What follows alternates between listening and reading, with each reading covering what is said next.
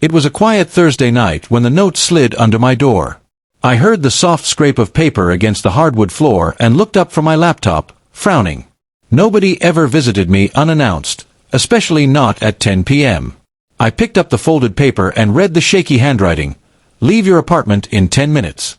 Act normal. Don't lock the door. Trust me. My first instinct was to laugh. Some kind of prank, maybe from the kids down the hall. But then I saw the second line, written in darker ink. This is not a joke.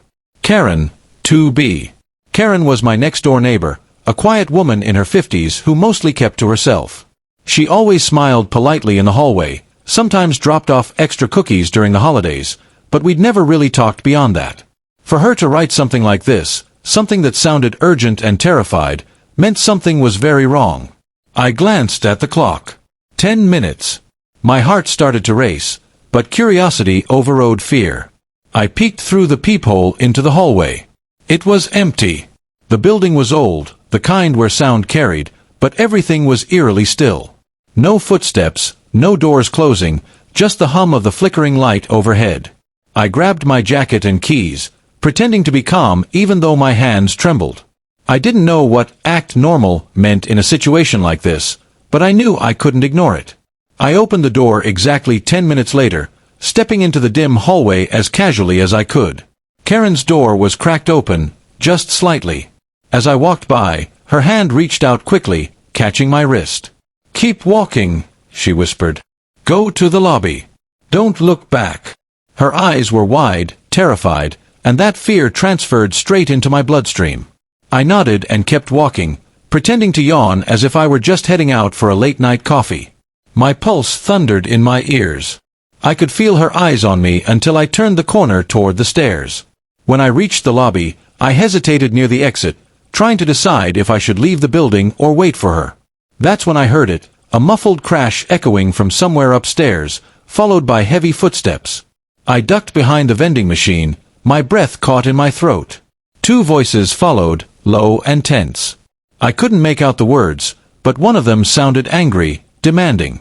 The other was quiet, almost pleading. Then the elevator dinged.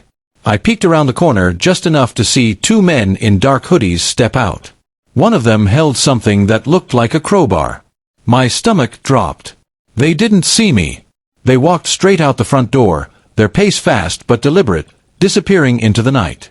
I waited another minute before creeping out from my hiding spot. I was about to call 911 when Karen appeared at the top of the stairs, pale and shaking but alive. She rushed over to me, clutching a phone in one hand. "They're gone," she whispered. "Did you see them?"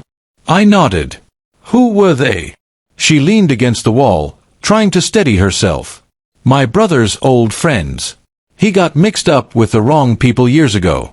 I thought they didn't know where I lived." I frowned. "Why my door?"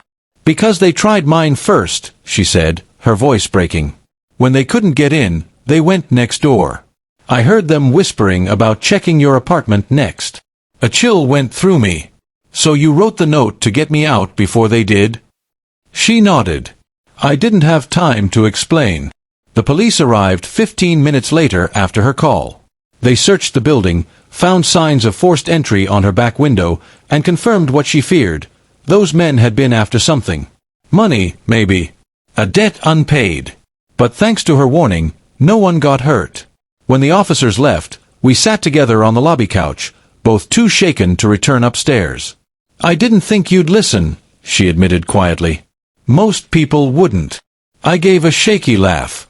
When someone tells me to leave in 10 minutes and act normal, I'm definitely listening. She smiled faintly for the first time that night. "You're a good neighbor, you know that?" I shook my head. "You're the one who saved me." The next morning, the sun rose like nothing had happened, but I couldn't shake the memory of that note.